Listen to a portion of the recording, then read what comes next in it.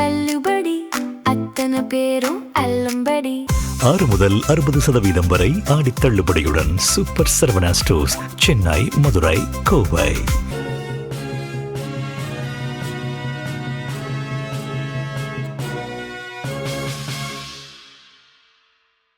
வணக்கம்.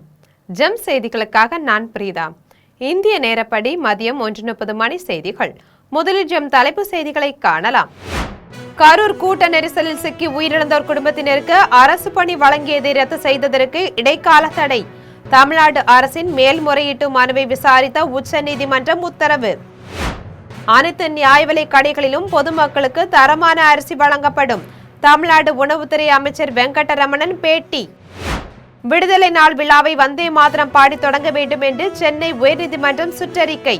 முதலில் தமிழ்தாய் வாழ்த்து பாட வேண்டும் என்று தமிழ்நாடு அரசு ஆணையிட்டுள்ள நிலையில் குழப்பம். வழக்குகளில் இருந்து தப்புவதற்காக திமுகவினர் பாஜகவுக்கு ஆதரவு அளிப்பதாக அமைச்சர் நிர்மல்குமார் பேச்சு. திமுகவினரின் ஊழல்களுக்கு ஆதாரங்கள் இருப்பதால் அதிலிருந்து யாரும் தப்ப முடியாது என்று எச்சரிக்கை. ரீல்ஸ் போடுவதும் ரீல் விடுவதும் மட்டுமே தாவேகா அரசின் வேலை என்று அதிமுக எடப்பாடி பழனிசாமி பேச்சு. காவிரி விவகாரத்தில் அனைத்து கட்சி கூட்டம் கூட்ட வலியுறுத்தியும் கேட்கவில்லை என குற்றச்சாட்டு.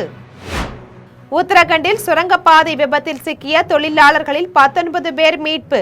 காயமடைந்த தொழிலாளர்களை மருத்துவமனையில் பார்த்த பின் முதலமைச்சர் புஷ்கர் சிங் தாமி பேச்சு. ஈரானுக்கு பொருளாதார நெருக்கடி கொடுக்க ஹார்முஸ் நீரிணையில் கடற்படையை நிறுத்தப் போவதாக அமெரிக்கா எச்சரிக்கை. பிற நாட்டு வணிக கப்பல்கள் தடையின்றி சென்று வர உதவுவதாகவும் அறிவிப்பு. இனி விரிவான செய்திகளை காணலாம். கரூர் கூட்ட நெரிசலில் சிக்கி உயிரிழந்தோர் குடும்பத்தினருக்கு அரசு பணி வழங்கியதை ரத்து செய்ய உயர்நீதிமன்ற உத்தரவுக்கு உச்சநீதிமன்றம் இடைக்கால தடை விதித்துள்ளது. 2025ஆம் ஆண்டு செப்டம்பரில் கரூரில் தாவேகா தலைவரும் நடிகருமான விஜய் பங்கேற்ற கூட்டத்தில் நெரிசல் ஏற்பட்டதில் 41 பேர் உயிரிழந்தனர். 100க்கும் மேற்பட்டோர் காயமடைந்தனர். தமிழ்நாட்டில் சட்டப்பேரவை தேர்தலில் வெற்றி பெற்ற தாவேகா ஆட்சியை பிடித்தது. இதையடுத்து கரூர் கூட்ட நெரிசலில் சிக்கி உயிரிழந்தோர் குடும்பத்தினருக்கு அரசு பணி வழங்கப்பட்டது.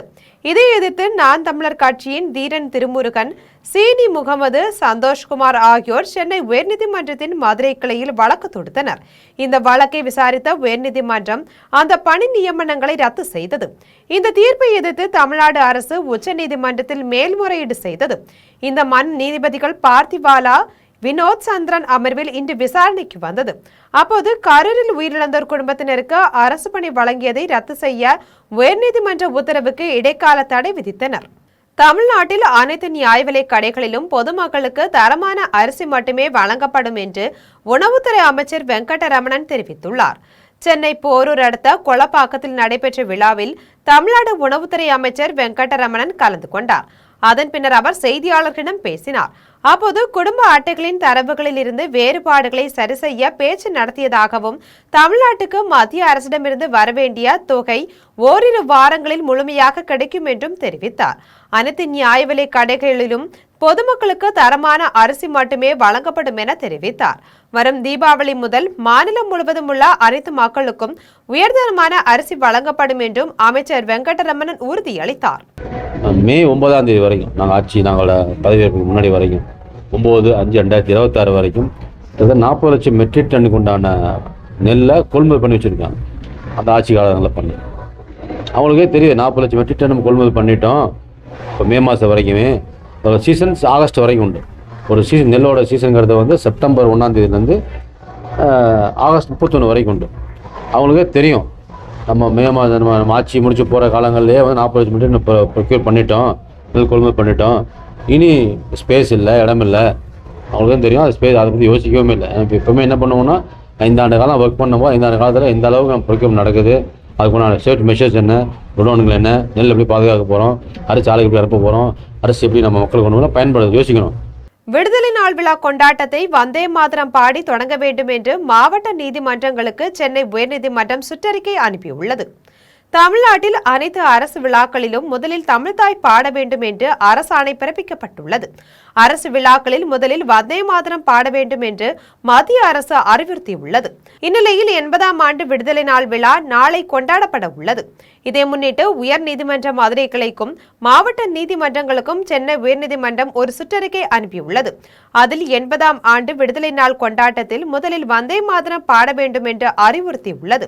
அதையடுத்து தேசிய கொடியேற்ற வேண்டும் என்றும் அதன்பின் தேசிய கீதம் இசைக்க வேண்டும் என்றும் தெரிவித்துள்ளது.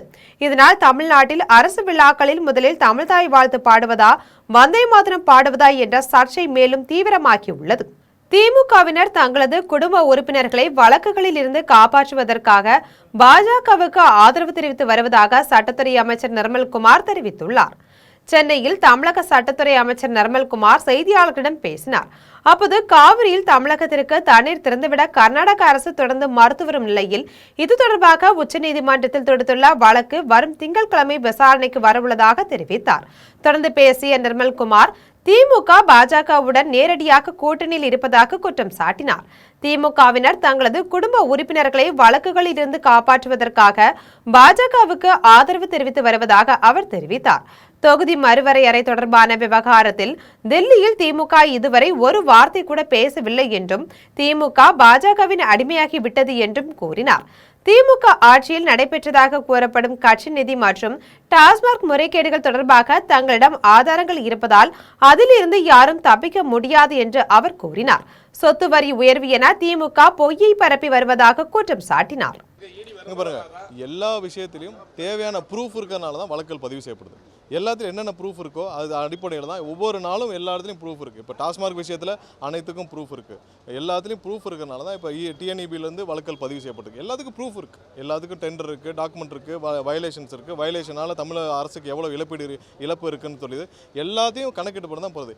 கொஞ்ச நாள் அவர்கள் தப்பிக்கலாமே தவிர்த்து ஆனால் கண்டிப்பாக வழக்குகள் இருந்து தப்பிக்க முடியாது. ஏன்னா வழக்குகள் எல்லாமே டாக்குமெண்டட் ப்ரூஃப். அதனால் நீங்கள் தப்பிக்க முடியாது. இப்போ டாஸ்மார்க்கில் இருக்கிற ப்ரூஃப் எத்தனை வருஷம் ஆனாலும் வழக்குகள் பதிவு செய்யப்படும்.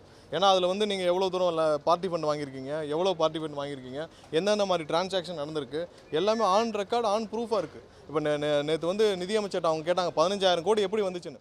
ரீல்ஸ் போடுவதும் ரீல் விடுவதும் மட்டுமே தமிழக வெற்றிக் கழக அரசின் வேலையாக உள்ளது என்று அதிமுக பொதுச் செயலாளர் எடப்பாடி பழனிசாமி விமர்சித்துள்ளார். மேகதாட்டு அணை விவகாரத்தில் தாவேக அரசு மெத்தனம் காட்டுவதை கண்டித்து தமிழகத்தின் பல்வேறு மாவட்டங்களில் அதிமுக சார்பில் ஆர்ப்பாட்டம் நடைபெற்றது. தஞ்சாவூர் தலைமை அஞ்சலகம் முன்பு அதிமுக பொதுச் செயலாளர் எடப்பாடி பழனிசாமி தலைமையில் ஆர்ப்பாட்டம் நடைபெற்றது. அப்போது பேசிய எடப்பாடி பழனிசாமி, காவிரியில் நமக்குரிய நீரை பெற்று தராத தாவேக அரசு ரீல்ஸ் போடுவதில் மட்டும் கவனம் செலுத்தி வருவதாக குற்றம் சாட்டினார். தாவேக அரசு விவசாயிகள் மற்றும் மக்கள் கோரிக்கைகளுக்கு செவி சாய்க்கவில்லை என்று தெரிவித்தார். ரீல்ஸ் போடுவதும் ரீல் விடுவதும் மட்டுமே தமிழக வெற்றிக் கழக அரசின் வேலையாக உள்ளது என்று விமர்சித்தார். விவசாயிகளுக்கான மும்முனை மின்சாரத்தை முறையாக வழங்காததால் 1,00,000 ஏக்கர் விளைநிலங்கள் வறண்டு கிடப்பதாக தெரிவித்தார். விவசாய கடனை முழுமையாக தள்ளுபடி செய்யாவிட்டால் தாவேக அரசுக்கு விவசாயிகள் தக்க பதிலடி கொடுப்பார்கள் என்று கூறினார். கட்சி தொடங்கி 3 ஆண்டுகளே ஆகும் நிலையில் அனைத்து கட்சி கூட்டம் கூட்டுமாறு வலியுறுத்தியும் தாவேக அரசு கேட்கவில்லை என்று தெரிவித்தார். எப்படி போடுறாங்க, அதனால மக்களுக்கு என்ன நன்மை கிடைக்கும் அப்படின்னு மக்கள் பார்ப்பாங்க. ஆனா இந்த 100 நாட்கள்ல ஆட்சி பொறுப்பேற்றிருந்து விவசாயிகள் போராட்டம், அரசு ஊழியர்கள் போராட்டம், செவிலியர்கள் போராட்டம், மருத்துவர்கள் போராட்டம் அப்படின்னு போராட்டத்தை தான் பார்த்துட்டு இருக்கோமா ஒழிய இந்த ஆட்சியில மக்களுக்கான திட்டங்கள் எதுவுமே பார்க்க முடியல. இதுதான் இந்த ஆட்சியுடைய. உத்தரகண்டில் விபத்து நேர்ந்த சுரங்கப்பாதையில் 22 தொழிலாளர்கள் பணியாற்றிய நிலையில் அவர்களில் 19 பேர் மீட்கப்பட்டுள்ளதாகவும் மேலும் 3 வரை மீட்கும் பணி நடைபெற்று வருவதாகவும் முதலமைச்சர் புஷ்கர் சிங் தாமி தெரிவித்துள்ளார். உத்தரகண்ட் மாநிலம் சாமோலி மாவட்டத்தில் பிபல்கோட்டி சுரங்கப்பாதையில் பணிகள் நடைபெற்று வந்தன. இந்த சுரங்கப்பாதையில் நேர்ந்த விபத்தில் உட்பகுதியில் தொழிலாளர்கள் 22 பேர் சிக்கிக் கொண்டனர். தகவல் அறிந்ததும் தேசிய பேரிடர் மீட்பு படை, மாநில பேரிடர் மீட்பு படை, இந்தோ திபெத் எல்லை காவல்படை ஆகியவற்றை சேர்ந்த வீரர்கள் மீட்பு பணியில் ஈடுபட்டனர். காயமடைந்த தொழிலாளர்களை மீட்டு கோபேஸ்வர் அரசு மருத்துவமனையில் சிகிச்சைக்கு சேர்த்துள்ளனர். இந்நிலையில் முதலமைச்சர் புஷ்கர் சிங் தாமி மருத்துவமனைக்கு சென்று சிகிச்சை பெற்று வரும் தொழிலாளர்களை பார்வையிட்டு ஆறுதல் தெரிவித்தார். காயமடைந்தோர் விரைவில் குணமடைய தேவையான சிகிச்சையை வழங்கும்படி மருத்துவர்களுக்கு அறிவுறுத்தினார். அதன்பின் செய்தியாளர்களிடம் பேசிய அவர், விபத்து நேர்ந்தபோது 22 தொழிலாளர்கள் பணியாற்றி வந்ததாகவும் அவர்களில் 19 பேரை மீட்டுள்ளதாகவும் தெரிவித்தார். மீட்பு பணிகள் தொடர்ந்து நடைபெற்று வருவதாகவும் காயமடைந்தோருக்கு சிகிச்சை அளிக்கப்பட்டு வருவதாகவும் தெரிவித்தார். இந்த விபத்து குறித்து விசாரணை நடத்த உத்தரவிட்டுள்ளதாகவும் கவனக்குறைவுக்கு காரணமானவர்கள் மீது கடும் நடவடிக்கை எடுக்கப்படும் என்றும் தெரிவித்தார். உயிரிழந்தோர் குடும்பத்துக்கு 4 லட்சம் ரூபாய் நிதியுதவி வழங்கப்படும் என்றும் அறிவித்தார். ஈரானுக்கு பொருளாதார நெருக்கடி கொடுக்கும் வகையில் ஹார்முஸ் நீரிணை பகுதியில் காலவரையின்றி கடற்படையை நிறுத்த உள்ளதாக அமெரிக்கா தெரிவித்துள்ளது. ஹார்முஸ் நீரிணை பகுதியில் எண்ணெய் கப்பல்கள் செல்வது, எண்ணெய் வணிகம் ஆகியன தொடர்பாக அமெரிக்காவுக்கும் ஈரானுக்கும் இடையே தொடர்ந்து தகராறு நிலவி வருகிறது. இந்நிலையில் அமெரிக்க பாதுகாப்புத்துறை அமைச்சர் பீட் ஹெச்தேத் செய்தியாளரிடம் பேசினார். அப்போது ஈரானுக்கு பொருளாதார சேதம் விளைவிக்கும் வகையில் அதை முற்றுகையிடுவதற்காக ஹார்முஸ் நீரிணை பகுதியில் தொடர்ந்து அமெரிக்க கடற்படை நிறுத்தப்படும் என்று தெரிவித்தார். அதே நேரத்தில் பிற நாட்டு வணிக கப்பல்கள் உள்ளே செல்வதற்கும் வெளியே செல்வதற்கும் தங்கள் கடற்படை உதவியாக இருக்கும் என குறிப்பிட்டார். ஈரானுக்கு மேலும் பொருளாதார தடைகளை விதிக்க திட்டமிட்டு வருவதாக அமெரிக்க நிதி அமைச்சர் ஸ்காட் பெசன்ட் தெரிவித்துள்ளார். மீன்வளத்துறை மானிய கோரிக்கையில் இடம்பெறும் சாராம்சங்கள் மீனவர்களுக்கு மிகுந்த சாதகமாக இருக்கும் என மீன்வளத்துறை அமைச்சர் ஸ்ரீநாத் தெரிவித்துள்ளார். தூத்துக்குடி விமான நிலையத்தில் மீன்வளத்துறை அமைச்சர் ஸ்ரீநாத் செய்தியாளர்களை சந்தித்து பேசினார். அப்போது மீன்வளத்துறை மானிய கோரிக்கையில் இடம்பெறும் சாராம்சங்கள் மீனவர்களுக்கு மிகுந்த சாதகமாக இருக்கும் என்று குறிப்பிட்டார். மீனவர்கள் பயன்பெறும் வகையில் பல திட்டங்கள் குறித்து அளவீடு செய்திருப்பதாகவும் தெரிவித்தார். தமிழக மீனவர்கள் இலங்கை கடற்படையினரால் கைது செய்யப்படுவதை தடுக்க அடுத்த வாரத்தில் மத்திய அமைச்சர்களை சந்தித்து பேச்சுவார்த்தை நடத்த தில்லி செல்ல உள்ளதாக தெரிவித்தார். தூத்துக்குடியில் குடிநீர் பிரச்சினை சீரமைக்கும் பணிகள் நடைபெற்று வருவதாகவும் ஓரிரு தினங்களில் தண்ணீர் பிரச்சினை சீராகிவிடும் என்றும் கூறினார். ரொம்ப ஃபேவரபுளாக இருக்கும், அவங்களுக்கு ரொம்ப சப்போர்ட்டிவாக எல்லா மெஷர்ஸும் எடுத்திருக்கிறோம். மாண்புமிகு முதலமைச்சர்கிட்ட பேசியிருக்கிறோம். ஃபினான்ஸ் மினிஸ்டரும் நமக்கு சப்போர்ட்டிவாக இருக்கிறாங்க. நல்ல நல்ல திட்டங்கள் மீனவர்களுக்கு உகந்ததாக எல்லாமே நன்மை நடக்கிற மாதிரி இருக்குது. அது வச்சிருக்குது, பட் க்ளோஸராக அந்த டேட் வரும்போது தான் அதுக்கு உண்டான விஷயங்கள் தெரியும். மானிய கோரிக்கை வரும்போது தெரியும். தமிழக வெற்றி கழகத்தின் 100 நாள் ஆட்சியின் செயல்பாடு 0 என்று சட்டமன்ற உறுப்பினர் மார்க்கண்டேயன் தெரிவித்துள்ளார். சர்ச்சைக்குரிய வகையில் முதலமைச்சர் விஜயை விமர்சித்ததாக கைது செய்யப்பட்டு நிபந்தனை ஜாமீனில் விடுவிக்கப்பட்ட விளாத்திக்குளம் சட்டமன்ற உறுப்பினர் மார்க்கண்டேயன் தூத்துக்குடி மாவட்ட காவல் கண்காணிப்பாளர் அலுவலக வளாகத்தில் உள்ள மாவட்ட குற்றப்பிரிவு காவல் நிலையத்தில் கையெழுத்திட்டார். இதன் பின்னர் அவர் செய்தியாளர்களை சந்தித்தார். அப்போது நிதியமைச்சர் மரிய வில்சன் சட்டமன்றத்தில் மன்னிப்பு கூறியது குறித்த செய்தியாளர்கள் கேள்விக்கு பதிலளித்த அவர், அமைதியின் மொழி தனக்கு இருக்கிறது என்று சொல்கிறார். ஆனால் கோபத்தில் அடிப்பதுதான் அமைதியின் மொழி போல் தனக்கு தெரிவதாக கூறினார். அவர் தன்னை மாற்றிக்கொள்ள வேண்டும் என்று தான் நினைப்பதாக கூறினார். தமிழக வெற்றி கழகத்தின் 100 நாள் ஆட்சியின் செயல்பாடு 0 என்று தெரிவித்தார். தவிகவிற்கு ஏதோ ஒரு மாயையில் வாக்களித்து விட்டார்கள் என்பதால் அதிமுகவில் உள்ள ஒரு சிலரை பிடித்து கையில் வைத்துக் கொள்ளலாம் என்று நினைப்பதாக கூறினார். நாடு ஃபுல்லா தமிழக வெற்றி கழக நிர்வாகிகள் எல்லாம் ஃபுல்லா பெரிய பஞ்சாயத்து பண்றது, அடிதடி பண்றது, அவங்க மேலதான் நடவடிக்கை எடுக்க வேண்டியது யாரு? இந்த எஸ்பி ஆஃபீஸ் முன்னாடி இருக்கீங்க, கேளுங்க எஸ்பிட்ட போய். சார், இப்போ முன்னணி நடிகர்கள் இந்த மாதிரி அரசியலுக்கு வர்றது திராவிட கட்சிகளை பாதிக்குதா? அதெல்லாம் எங்க கட்சியெல்லாம் யாரும் பாதிக்க முடியாதுங்க. நாங்க எவ்வளவு வாக்குகள் வாங்கியிருக்கிறோம், எத்தனை சட்டமன்ற உறுப்பினர் வந்திருக்கோம் நீங்க பாத்திருக்கீங்க. ஒரு எம்எல்ஏ இல்லாத திமுக மிகப்பெரிய ஆளுங்கட்சியா வந்திருக்கு, மிகப்பெரிய வெற்றி பெற்றிருக்குது. தேர்தல் ஜனநாயகத்துல ஒரு தேர்தலில் வெற்றி பெறுறது தொடர்ந்து 4 தேர்தலில் ஜெயிச்சுக்கிறோம். காவிரி தீர்ப்பாயம் கொடுத்த நடைமுறைப்படி நடந்து கொள்வது நல்லது என்று மாநிலங்களவை உறுப்பினர் கமல்ஹாசன் தெரிவித்துள்ளார். தில்லியில் இருந்து சென்னைக்கு வந்த கமல்ஹாசன் விமான நிலையத்தில் செய்தியாளர்களிடம் பேசினார்.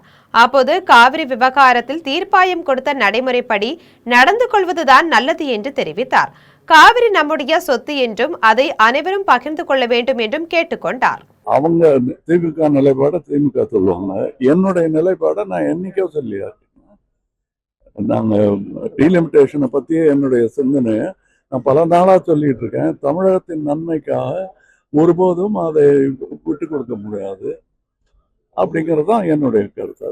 காவிரியில பாத்தீங்கன்னா நீர் அவங்க நம்ம கொடுக்கல, மழை பெய்ததன் காரணமாக நீர் திறந்து விடப்பட்டிருக்கு.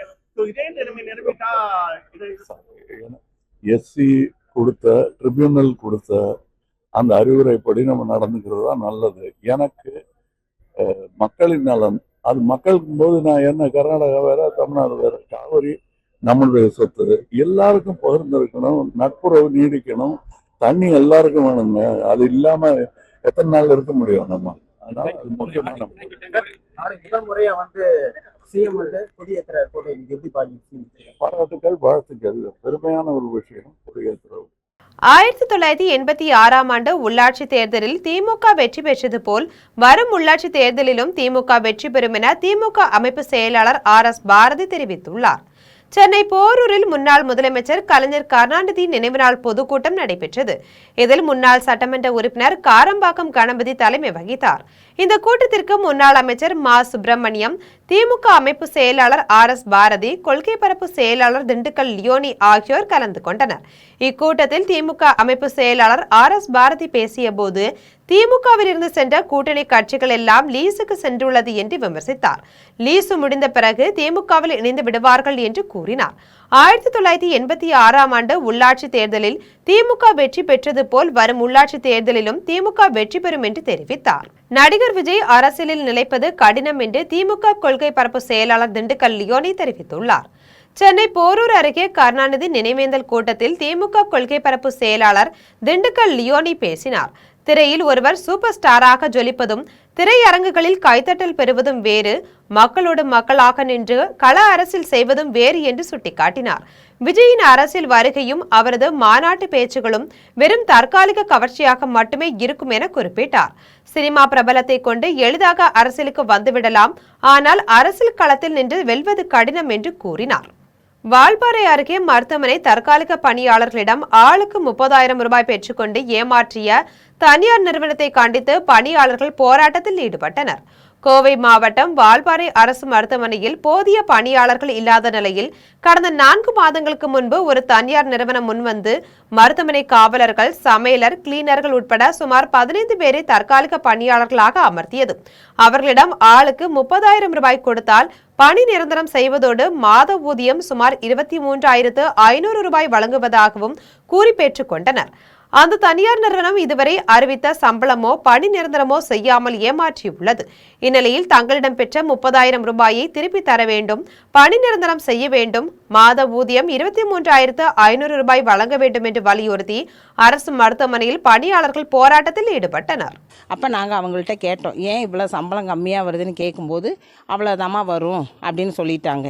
ரெண்டாவது, நாங்கள் வேலை செய்ய மாட்டோம், எங்களுக்கு வந்து கேட்ட சம்பளம் வேணும், இல்லாட்டி நாங்கள் கேஸ் கொடுப்போம், கம்ப்ளைண்ட் பண்ணுவோன்னு சொன்னோட்டி இவங்க வந்து அந்த கிறிஸ்டல் மேனேஜரே வந்து எங்கள்கிட்ட பேசினார். என்னன்னா, இந்த 30,000 கட்டும்போது எங்கள்கிட்ட இவ்வளோ சம்பளம் கண்டிப்பாக உங்களுக்கு வரும்னு சொல்லிட்டு அந்த மேனேஜர் எல்லாமே நாங்களாம் வாங்க கிடையாதுன்னு சொல்லி ஒதுங்கிட்டாங்க.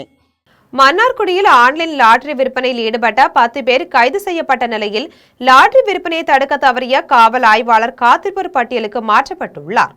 திருவாரூர் மாவட்டம் மன்னார்குடியில் சட்டவிரோதமாக ஆன்லைன் லாட்டரி விற்பனை நடைபெறுவதாக காவல்துறையினருக்கு தகவல் கிடைத்தது. இதையடுத்து சோதனை நடத்தி முருகேசன், பரமசிவம், சத்யமூர்த்தி, கார்த்திகேயன், அர்லானந்தம், ஐயப்பன், சசி, அன்புக்கரசு, சுரேஷ் உள்ளிட்ட 10 பேரை கைது செய்தனர். கைது செய்து அவர்களிடமிருந்து 2 மடிக்கணினிகள், 1 ஐபோன், 12 ஆண்ட்ராய்டு செல்போன்கள், 4 ஆட்டோக்கள், 4 இருசக்கர வாகனங்கள், 63,000 ரூபாய் பணம் ஆகியவற்றை பறிமுதல் செய்தனர். இந்த நிலையில் லாட்டரி விற்பனையை தடுக்க தவறியதாக கூறி மன்னார்குடி காவல் ஆய்வாளர் ராஜகமலை காத்திருப்போர் பட்டியலுக்கு மாற்றியுள்ளனர். திருவண்ணாமலை மாவட்டம் ஆரணி அரசு மருத்துவமனையில் திடீரென மின்சாரம் துண்டிக்கப்பட்டதால் நோயாளிகள் சிகிச்சை பெற முடியாமல் அவதியடைந்தனர். ஆரணி அரசு மருத்துவமனையில் பல்வேறு பகுதிகளில் இருந்து நோயாளிகள் சிகிச்சைக்காக வந்து செல்கின்றனர். நேற்று நோயாளிகள் காத்திருந்த நிலையில் இந்த மருத்துவமனையில் திடீரென மின்சாரம் துண்டிக்கப்பட்டது. இதனால் அரசு மருத்துவமனை இருளில் மூழ்கியதால் மருத்துவர்கள் சிகிச்சை அளிக்க முடியாமலும் நோயாளிகள் சிகிச்சை பெற முடியாமலும் காத்திருந்த அவதியுற்றனர். திமுக ஆட்சியை போல் தாவேக ஆட்சியிலும் தொடர்ந்து இதுபோன்ற அடிக்கடி மின்சாரம் துண்டிக்கப்படுவதாகவும் இதனால் மக்கள் அவதிக்கு உள்ளாகி வருவதாகவும் வேதனை தெரிவித்தனர். காஞ்சிபுரம் மாவட்டம் கெருகம்பாக்கம் ஊராட்சியில் கணக்கில் வராத 14,57,000 ரூபாய் பணத்தை லஞ்ச ஒழிப்புத் துறையினர் பறிமுதல் செய்தனர். காஞ்சிபுரம் மாவட்டம் கெருகம்பாக்கம் ஊராட்சி அலுவலகத்தில் லஞ்சம் வாங்குவதாக வந்த புகாரின் அடிப்படையில் சென்னை லஞ்ச ஒழிப்புத்துறையினர் நேற்று சோதனை மேற்கொண்டனர். அப்போது அலுவலகத்தில் ஊராட்சி மன்ற தலைவர், துணைத் தலைவர், வார்டு உறுப்பினர்கள் இருந்த நிலையில் அவர்கள் யாரையும் வெளியே செல்ல அனுமதிக்காமல் சோதனை செய்தனர். அப்போது கணக்கில் வராத பணம் 14,57,000 ரூபாய் இருப்பது கண்டுபிடிக்கப்பட்டது. அந்த பணத்திற்கு உரிய ஆவணங்கள் எதுவும் இல்லாததாலும் அதற்கு யாரும் உரிமை கோராததாலும் லஞ்ச ஒழிப்புத்துறையினர் அந்த பணத்தை பறிமுதல் செய்தனர். புதுக்கோட்டை மாவட்டம் கரம்பக்குடி அருகே ஆத்தியடிப்பட்டியில் பாலம் உடைந்து லாரி கவிழ்ந்ததில் நெல் மூட்டைகள் மழையில் நனைந்து சேதமடைந்தன. புதுக்கோட்டை மாவட்டம் கரம்பக்குடி அருகே ஆத்தியடிப்பட்டியில் இருந்து நெல் மூட்டைகளை ஏற்றிக்கொண்டு லாரி சென்று கொண்டிருந்தது. அதை வெண்ணாவல்குடியை சேர்ந்த சுப்பிரமணியன் ஓட்டி சென்றுள்ளார். கனமழை பெய்ததால் அப்பகுதியில் மின்சாரம் துண்டிக்கப்பட்டிருந்தது. ஆத்தியடிப்பட்டி தரைப்பாலத்தில் லாரி சென்று கொண்டிருந்த போது பாலம் உடைந்தது. இதனால் லாரி பாலத்தை உடைத்துக் கொண்டு கால்வாயில் கவிழ்ந்தது. லாரியில் இருந்த நெல் மூட்டைகள் கால்வாயில் விழுந்தன. தொடர்ந்து பெய்த மழையில் நெல் மூட்டைகள் நனைந்து சேதமடைந்தன. இந்த விபத்தில் லாரி ஓட்டுநர் சுப்பிரமணியன் நல்வாய்ப்பாக உயிர் தப்பினார். தகவல் அறிந்த பொதுமக்கள் அங்கு சென்று மீட்பு பணிகளில் ஈடுபட்டனர். வால்பாறையில் இன்ஸ்டாகிராமில் உதவி கேட்ட பெண்ணின் மகனுக்கு கல்விக்கு உதவிய சிங்கப்பெண் அதிரடி படையினருக்கு பொதுமக்கள் பாராட்டு தெரிவித்துள்ளனர். கோவை மாவட்டம் வால்பாறையில் சிங்கப்பெண் அதிரடி படையினர் தங்களின் பணிகள் மற்றும் செயல்பாடுகளை இன்ஸ்டாகிராமிலும் பதிவிட்டு வருகின்றனர். இந்நிலையில் கோவை குனியமுத்துறை சேர்ந்த 11 வயது சிறுவன் 6ஆம் வகுப்பு படித்துக் கொண்டு வந்தார். குடும்ப தகராறில் அந்த சிறுவனையும் அவன் தாயையும் தந்தை வீட்டை விட்டு வெளியே அனுப்பியுள்ளார். இதனால் பாதிக்கப்பட்ட தாய் கூலி வேலைக்கு சென்று வருகிறார். வறுமையில் தனது மகனின் படிப்பை தொடர முடியாத சூழ்நிலை ஏற்பட்டுள்ளது. இந்நிலையில் மகனின் கல்வியை தொடர வால்பாறை சிங்கப்பெண் சிறப்பு அதிரடி படையினரிடம் உதவி கேட்டுள்ளார். அதைத் தொடர்ந்து வால்பாறையில் உள்ள உண்டு உறைவிட பள்ளியில் 6ஆம் வகுப்பில் அந்த சிறுவனை சேர்த்துள்ளனர். கோவை RS புரத்தில் அடுக்குமாடி கட்டடம் ஆடியதால் அதிலிருந்த மக்கள் உடனடியாக வெளியேற்றப்பட்டனர். கோவை RS புரத்தில் உள்ள அடுக்குமாடி கட்டிடத்தின் ஒரு பகுதி ஏற்கனவே இரும்பு கம்பிகளால் முட்டுக் கொடுக்கப்பட்டுள்ளது. தங்க நகை தொழிலில் ஈடுபட்டுள்ள வடமாநில தொழிலாளர்கள் இந்த கட்டடத்தில் தங்கி பணியாற்றி வருகின்றனர். நேற்று மாலை இந்த கட்டடத்தில் அசைவு ஏற்பட்டதாக அங்கிருந்தவர்கள் தெரிவித்தனர். இதனால் அதிர்ச்சியடைந்த பணியாளர்கள் உடனடியாக கட்டடத்தை விட்டு வெளியேறினர். தகவல் அறிந்து தீயணைப்பு துறையினர் விரைந்து வந்தனர். பொதுப்பணித்துறை அதிகாரிகளும் வந்து கட்டடத்தின் உறுதித்தன்மை குறித்து ஆய்வு செய்தனர். தாமிரபரணி ஆற்றில் கடந்த மாதம் 31ஆம் தேதி சிவசேனா கேரள மாநில செயலாளர் கொலை வழக்கில் முக்கிய குற்றவாளிகள் 2வரை காவல்துறையினர் கைது செய்து சிறையில் அடைத்தனர். கன்னியாகுமரி மாவட்டம் குளித்துறை தாமிரபரணி ஆற்றில் கடந்த மாதம் 31ஆம் தேதி சிவசேனா கேரள மாநில செயலாளர் அதுலை காவல்துறையினர் சடலமாக மீட்டனர். இந்த கொலை சம்பவம் தொடர்பாக 4 பேரை கடந்த 4 தினங்களுக்கு முன்பு காவல்துறையினர் கைது செய்தனர். மேலும் இந்த வழக்கில் முதல் குற்றவாளி கல்லுக்கெட்டி பகுதியை சேர்ந்த ஜித்து மற்றும் பிரவீன் ஆகியோரை தேடி வந்த நிலையில் மகாராஷ்டிரா மாநிலத்தில் பதுங்கியிருந்த 2வரையும் போலீசார் கைது செய்தனர். இதன் பின்னர் மார்த்தாண்டம் காவல் நிலையத்தில் கொண்டு வந்து விசாரணை மேற்கொண்டனர். அப்போது அதுல் ஜித்துவின் குழந்தை நூல் கட்டுதல் விசேஷ நிகழ்ச்சிக்கு வந்துள்ளார். தொடர்ந்து ஜித்துவின் நண்பர்கள் அதுல் ஆகியோர் சேர்ந்து தனியார் மதுபான கூடத்தில் மது அருந்தியுள்ளனர். இதன் பின்னர் நண்பர்கள் சேர்ந்து ஜித்து வீட்டில் சென்ற நேரத்தில் அதுல் ஜித்துவின் மனைவி மற்றும் தந்தையை அவதூறாக பேசியதால் தகராறு ஏற்பட்டது. இதையடுத்து ஜித்து மற்றும் அவரது நண்பர்கள் அதுலை அடித்து கொலை செய்து அப்துலின் காரில் ஏற்றி தாமிரபரணி ஆற்றில் வீசிவிட்டு சென்றது தெரிய வந்தது. இதன் பின்னர் காவல்துறையினர் குற்றவாளிகள் 2வரையும் கைது செய்து நீதிமன்றத்தில் ஆஜர்படுத்தி சிறையில் அடைத்தனர். ஆதனூர் பகுதியில் நடைபெற்று சென்ற மூதாட்டியின் 5 சவரன் தாலி சங்கிலியை மர்ம நபர்கள் பறித்த சம்பவம் அப்பகுதியில் பெரும் பரபரப்பை ஏற்படுத்தியுள்ளது. காஞ்சிபுரம் மாவட்டம் ஆதனூரை சேர்ந்த மூதாட்டி லட்சுமி. இவர் வழக்கம் போல் அப்பகுதியில் நடைபெற்று மேற்கொண்டார். அப்போது இருசக்கர வாகனத்தில் வந்த மர்ம நபர்கள் 2 பேர் லட்சுமி கழுத்தில் அணிந்திருந்த 5 சவரன் மதிப்புள்ள தங்க தாலி சங்கிலியை கத்தியை காட்டி மிரட்டியுள்ளனர். இதில் பயந்து போன லட்சுமி தாலி சங்கிலியை கழட்டி கொடுத்துள்ளார். இதன் பின்னர் 2வரும் அங்கிருந்து தப்பித்து சென்றனர். மேலும் இந்த சம்பவம் குறித்து லட்சுமி உடனடியாக காவல்துறையினரின் கட்டுப்பாட்டு அறைக்கு தகவல் அளித்தார். சம்பவ இடத்திற்கு வந்த மணிமங்கலம் காவல்துறையினர் பாதிக்கப்பட்ட லட்சுமியிடம் விசாரணை மேற்கொண்டனர். புகாரின் அடிப்படையில் வழக்கு பதிவு செய்து தப்பி சென்ற மர்ம நபர்களை பிடிக்க அப்பகுதியில் உள்ள CCTV காட்சிகள் மூலம் தீவிரமாக தேடி வருகின்றனர். முதியவர்கள் பாதுகாப்பாக நடமாடுவதற்கு காவல்துறை உரிய நடவடிக்கை எடுக்க வேண்டும் எனவும் ஆதனூர் புறக்காவல் நிலையத்தை சீரமைத்து காவலர்கள் எப்போதும் இருக்க வேண்டும் என்றும் கோரிக்கை விடுத்துள்ளனர். திருவண்ணாமலை அருகே மதுபோதையில் ஏற்பட்ட தகராறில் ஒருவர் தனது நண்பரை கத்தியால் வெட்டிய சம்பவம் அப்பகுதியில் பெரும் பரபரப்பை ஏற்படுத்தியுள்ளது. திருவண்ணாமலை மாவட்டம் பரமநந்தல் பகுதியை சேர்ந்த கலைசெல்வன் மற்றும் அதே பகுதியை சேர்ந்த ராஜா ஆகியோர் தங்களது நண்பர்களுடன் ஒரே இடத்தில் மது அருந்தியுள்ளனர். அப்போது கலைசெல்வன் ராஜாவிடம் தீப்பெட்டி கேட்டதால் இருவருக்கும் இடையே வாக்குவாதம் ஏற்பட்டது. இதில் ஆத்திரமடைந்த ராஜா தான் மறைத்து வைத்திருந்த கத்தியால் கலைசெல்வனின் கழுத்தில் வெட்டியுள்ளார். இதில் நிலை தடுமாறி கீழே விழுந்த கலைசெல்வனை அக்கம் பக்கத்தினர் மீட்டு சிகிச்சைக்காக செங்கம் அரசு மருத்துவமனையில் அனுமதித்தனர். தகவலிருந்து வந்த செங்கம் காவல்துறையினர் வழக்கு பதிவு செய்து விசாரணை மேற்கொண்டனர்.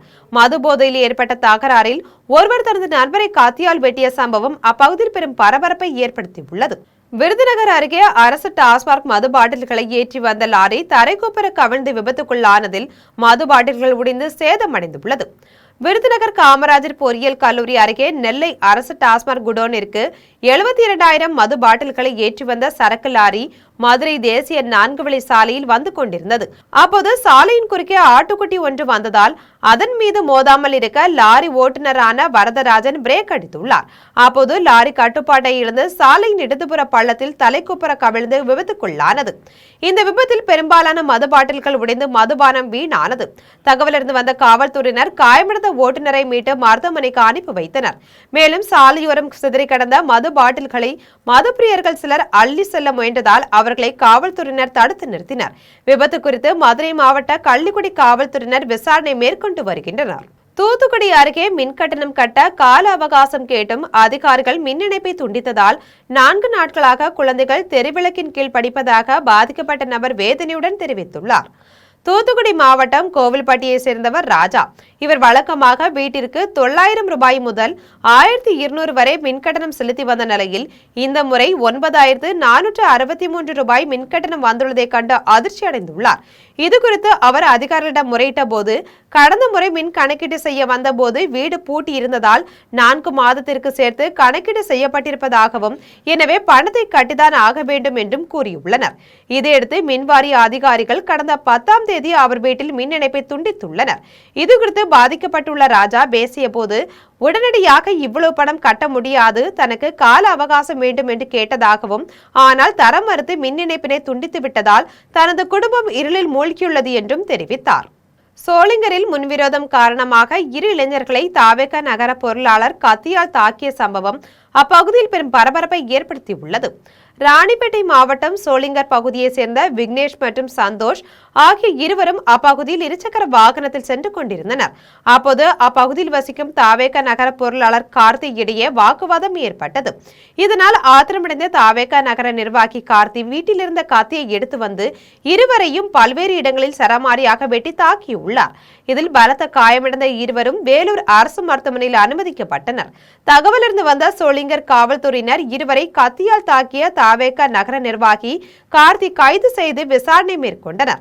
முதற்கட்ட விசாரணையில் இருவருக்கிடையே முன்விரோதம் இருந்து வந்ததாகவும் இதுகுறித்து சோளிங்கர் காவல் நிலையத்தில் கடந்த 4 வாரத்திற்கு முன்பு புகார் அளிக்கப்பட்ட நிலையில் காவல்துறையினர் அலட்சியமாக செயல்படுவதாக உறவினர்கள் வேதனையுடன் தெரிவித்தனர். குடியாத்தம் அருகே பணி முடிந்து வீட்டுக்கு சென்ற பெண் காவலரை அவரது கணவர் வழிமறித்து கத்தியால் குத்தி கொலை செய்துள்ளார். வேலூர் மாவட்டம் ஏர்த்தாங்கல் பகுதியை சேர்ந்தவர் தாமரை செல்வி. இவர் குடியாத்தம் நகர காவல் நிலையத்தில் தலைமை காவலராக பணியாற்றி வந்தார். இவரது கணவர் அரவிந்தன் ஆட்டோ ஓட்டுநர். இவர்களுக்கு 2 மகன்கள் உள்ளனர். இருவருக்கும் இடையே அடிக்கடி குடும்ப தகராறு இருந்து வந்துள்ளது. இந்நிலையில் சில நாட்களுக்கு முன் இவர்களுக்குள் தகராறு ஏற்பட்டதில் தாமரை செல்வி தனது தாய் வீட்டுக்கு சென்றுள்ளார். இதையடுத்து தாமரை செல்வி மாலை பணி முடிந்து இருசக்கர வாகனத்தில் வீட்டுக்கு சென்றுள்ளார். அப்போது நெல்லூர்பேட்டை ஏரி அருகே நின்றிருந்த அரவிந்தன் அவரை வழிமறித்து உடலில் பல இடங்களில் கத்தியால் தாக்கியுள்ளார். இதில் பலத்த காயமடைந்த தாமரை செல்வியை அருகில் இருந்தவர்கள் மீட்டு அரசு மருத்துவமனைக்கு அனுமதித்த நிலையில் அங்கு அவரை பரிசோதித்த மருத்துவர் அவர் ஏற்கனவே இறந்துவிட்டதாக தெரிவித்தனர். இதற்கிடையில் அரவிந்தன் மனைவியுடன் ஏற்பட்ட சண்டையில் தனக்கு காயம் ஏற்பட்டதாக கூறி குடியாத்தம் அரசு மருத்துவமனையில் சிகிச்சைக்கு சேர்ந்துள்ளார். தொடர்ந்து காவல்துறையினர் வழக்கு பதிவு செய்து அவரிடம் விசாரணை மேற்கொண்டனர். பெண் காவலர் கொலை செய்யப்பட்ட சம்பவம் அப்பகுதியில் பெரும் பரபரப்பை ஏற்படுத்தியுள்ளது. குளித்துறை வாவுவலி பொருட்காட்சி திடலில் உணவு பாதுகாப்பு அலுவலர்கள் உணவுப் பொருள் விற்பனை கடைகளை ஆய்வு செய்தனர். கன்னியாகுமரி மாவட்டத்தில் உணவு பாதுகாப்பு அலுவலர்கள் குளித்துறை வாவுவலி பொருட்காட்சி திடலில் உணவுப் பொருள் விற்பனை கடைகளை ஆய்வு செய்தனர். அப்போது கடைகளில் தமிழ்நாடு அரசால் தடை செய்யப்பட்ட பிளாஸ்டிக் பைகளை பறிமுதல் செய்து 2 கடைகளுக்கு அபராதம் விதித்தனர். மேலும் 9 கடைகளுக்கு நோட்டீஸ் வழங்கப்பட்டது. மேலும் 20 கிலோ செயற்கை நிரம்பிகள் சேர்க்கப்பட்ட காலிஃபிளவர், சுகாதாரமற்ற நிலையில் செய்த லட்டு, புளிக்கரசல், பானிபூரி, கார சட்னி ஆகிய உணவுப் பொருட்களை பறிமுதல் செய்யப்பட்டு அளிக்கப்பட்டது. இதில் விற்பனையாளர்களுக்கு செயற்கை நிறமிகளை உணவுப் பொருள் தயாரிப்பில் பயன்படுத்தக்கூடாது, சுத்தம் முறையாக பேண வேண்டும் போன்ற விழிப்புணர்வு வழங்கப்பட்டது. உணவு குறித்த புகார்களை கன்னியாகுமரி மாவட்ட உணவு பாதுகாப்பு துறையினருக்கு பொதுமக்கள் தெரிவிக்கலாம் என்றும் அறிவுறுத்தினர். கோவையில் பரமஹம்ச யோகானந்தரால் தொடங்கப்பட்ட யோகதா சத்சங்க சொசைட்டி சார்பில் ஆன்மீக சொற்பொழிவும் தியான நிகழ்ச்சியும் நடைபெற்றது. கோவை உப்பிலிப்பாளையத்தில் மகிழ்ச்சியான வளமான வாழ்விற்கான திறவுகோல் என்ற தலைப்பில் யோகதா சத்சங்க சொசைட்டி மூத்த சன்னியாசி சுவாமி ஸ்மரணானந்தா கிரி உரையாற்றினார். 3 நாட்கள் நடைபெறும் நிகழ்ச்சியில் கீர்த்தனை, தியானம், சுவாச பயிற்சி, சத்சங்கம் ஆகியவை நடைபெற உள்ளன. இந்த நிகழ்வின் ஒரு முக்கிய பகுதியாக உலக புகழ்பெற்ற ஒரு யோகியின் சுயசரிதம் என்ற நூலின் பதிப்பு வெளியிடப்பட்டது. ஞாயிற்றுக்கிழமை வரை 3 நாள் தியான பயிற்சி வகுப்புகள் நடைபெற உள்ளன. இதில் சத்சங்கம், தியானம், எப்படி வாழ வேண்டும் என்பதற்கான வாழ்க்கை முறை போதனைகள் கற்றுத்தரப்படும் என்று தெரிவிக்கப்பட்டுள்ளது. இனி வருவது திரையுலக செய்திகள். கடமைக்கு என படம் நடிக்க விரும்பவில்லை என நடிகர் ஆரவ் தெரிவித்துள்ளார். பிக்பாஸ் நிகழ்ச்சி மூலம் பிரபலமான நடிகர் ஆரவ் மார்க்கெட் ராஜா, ராஜபீமா உள்ளிட்ட படங்களில் கதாநாயகனாக நடித்துள்ளார். சமீபத்தில் திரைக்கு வந்த அருள்வான் படத்திலும் ஆரவ் நடிப்பு கவனம் ஈர்த்தது. ஆரவ் தற்போது தமிழில் 2 புதிய படங்களிலும் தெலுங்கில் ஒரு படத்திலும் நடித்து வரும் நிலையில் இது தொடர்பாக அவர் பேசிய போது, வாய்ப்புகள் வந்தாலும் நல்ல கதைக்காக காத்திருப்பதே படங்கள் இடைவெளிக்கு காரணம் என்று குறிப்பிட்டார். இங்கு கடமைக்கு என படம் நடிக்க விரும்பவில்லை என்று கூறினார். நல்ல படமாக நடித்து ரசிகர்களிடம் பெயர் வாங்க வேண்டும் என்பதே தன் எண்ணம் என்று தெரிவித்தார். இனி ஹீரோவாகவே பயணிக்க விரும்புவதாகவும், அதேவேளை நல்ல கதைகளை தயாரிப்பாளர்களுக்கு பரிந்துரை செய்யும் குழுவையும் அமைத்து செயல்படுவதாகவும் தெரிவித்தார். இனி வருவது விளையாட்டுச் செய்திகள்.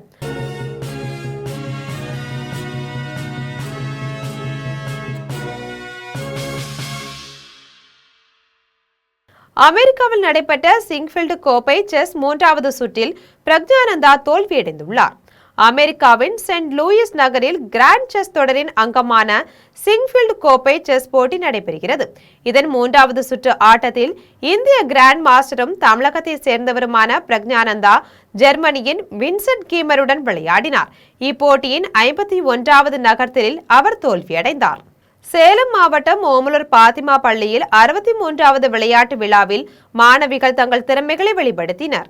சேலம் மாவட்டம் ஓமலூர் பாத்திமா மகளிர் மேல்நிலைப் பள்ளியில் 63வது விளையாட்டு விழா தலைமை ஆசிரியர் அருட் சகோதரி ஜோஸ்பின் தேம்பாவணி தலைமையில் நடைபெற்றது. விழாவில் மாவட்ட முதன்மை கல்வி அலுவலர் எல்லப்பன், மாவட்ட கல்வி அலுவலர் வசந்தகுமாரி, ஓமலூர் காவல் ஆய்வாளர் விஜயலட்சுமி ஆகியோர் கலந்து கொண்டனர். விழாவின் தொடக்கமாக ஒலிம்பிக் கொடியும் தீபமும் ஏற்றப்பட்டன. மாணவிகளின் கம்பீரமான அணிவகுப்பு மரியாதையுடன் விளையாட்டு விழா தொடங்கியது. சிறப்பு அழைப்பாளர்களுக்கு பொன்னாடை அணிவித்து நினைவு பரிசுகள் வழங்கப்பட்டன. கடந்த கல்வியாண்டில் கல்வி மற்றும் விளையாட்டில் சாதனை படைத்த மாணவிகளுக்கு சான்றிதழ்களும் கேடயங்களும் வழங்கி பாராட்டு தெரிவிக்கப்பட்டது. ஓட்டப்பந்தயம், உடற்பயிற்சி, சிலம்பம், யோகா, மனித பிரமிடு உள்ளிட்ட பல்வேறு விளையாட்டுகளில் மாணவிகள் பங்கேற்று தங்களது திறமைகளை வெளிப்படுத்தினர். நைஜீரியாவில் நடைபெற்று வரும் காமன்வெல்த் வாள்வீச்சு போட்டியில் தமிழகத்தில் இருந்து 13 பேர் பங்கேற்றுள்ள நிலையில் 2 தங்கம் உட்பட 4 பதக்கங்களை பெற்றுள்ளனர். நைஜீரியாவின் லாகோஸ் நகரில் நடைபெற்ற காமன்வெல்த் வாள்வீச்சு போட்டியில் இந்தியா சார்பில் மொத்தம் 67 வீரர் வீராங்கனைகள் கலந்து கொண்டுள்ளனர். தமிழகத்தை சேர்ந்த வீரர் வீராங்கனைகள் சிறப்பாக விளையாடி 2 தங்கம், 1 வெள்ளி, 1 வெண்கலம் என 4 பதக்கங்களை வென்றுள்ளனர். 23 வயதுக்குட்பட்ட பிரிவில் தமிழ்நாட்டின் ஜெபர்லின் தங்கப்பதக்கம் வென்றார். கன்னியாகுமரி மாவட்டம் திங்கள் சந்தியை சேர்ந்த மாற்றுத்திறனாளி வீராங்கனை சிராந்தி தாமஸ் வீல் சேர் பிரிவில் 2 தங்கப்பதக்கம் வென்றார். தனிப்பிரிவில் ஆற்றூரை சேர்ந்த ஜிஷோ நிதி என்ற இளைஞர் 1 தங்கப் பதக்கமும் மற்றும் 1 வெண்கல பதக்கமும் வென்றார். அதேபோல் மகளிர் பாயில் தனிநபர் பிரிவில் ஜாய்ஸ் அக்ஷிதா தங்கப்பதக்கம் கைப்பற்றினார். அதே பிரிவில் தமிழகத்தை சேர்ந்த கனகலட்சுமி வெள்ளிப்பதக்கம் வென்றார். ஆடவர் எஃபி தனிநபர் பிரிவில் அன்பிளஸ் காட்வின் வெண்கல பதக்கம் வென்றார். இனி வருவது தங்கம், வெள்ளி மற்றும் பங்குச்சந்தை விலை நிலவரம்.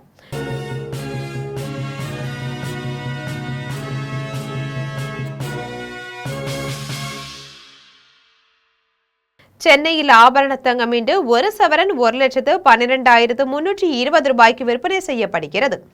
சென்னையில் இன்று ஆபரண தங்கத்தின் விலை கிராமுக்கு 180 ரூபாய் குறைந்து 14,040 ரூபாய்க்கு விற்பனை செய்யப்படுகிறது. மேலும் ஒரு சவரன் 1,440 ரூபாய் குறைந்து 1,12,320 ரூபாய்க்கு விற்பனை செய்யப்படுகிறது.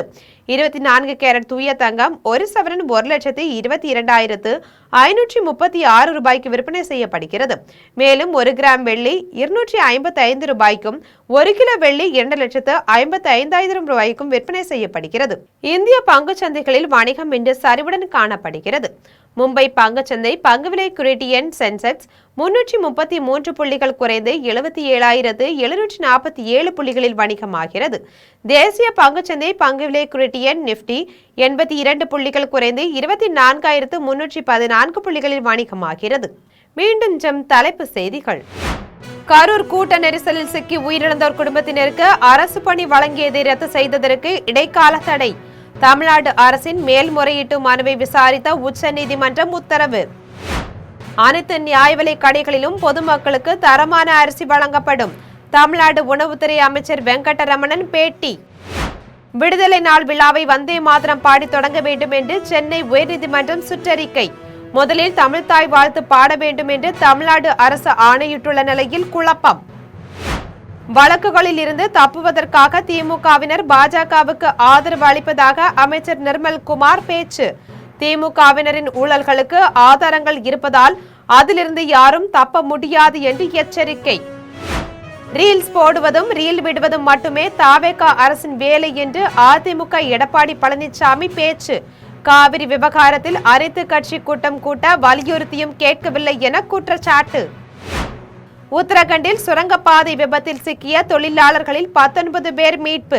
காயமடைந்த தொழிலாளர்களை மருத்துவமனையில் பார்த்த பின் முதலமைச்சர் புஷ்கர் சிங் தாமி பேச்சு. ஈரானுக்கு பொருளாதார நெருக்கடி கொடுக்க ஹார்முஸ் நீரிணையில் கடற்படையை நிறுத்தப் போவதாக அமெரிக்கா எச்சரிக்கை. பிற நாட்டு வணிக கப்பல்கள் தடையின்றி சென்று வர உதவுவதாகவும் அறிவிப்பு. இத்துடன் ஜெம் செய்திகள் நிறைவடைகின்றன. மீண்டும் ஜெம் செய்திகள் மாலை 6 மணிக்கு. உடனுக்குடன் செய்திகளை காண gemlive.tv என்ற இணையதளத்தில் இணைந்திருங்கள். நன்றி, வணக்கம்.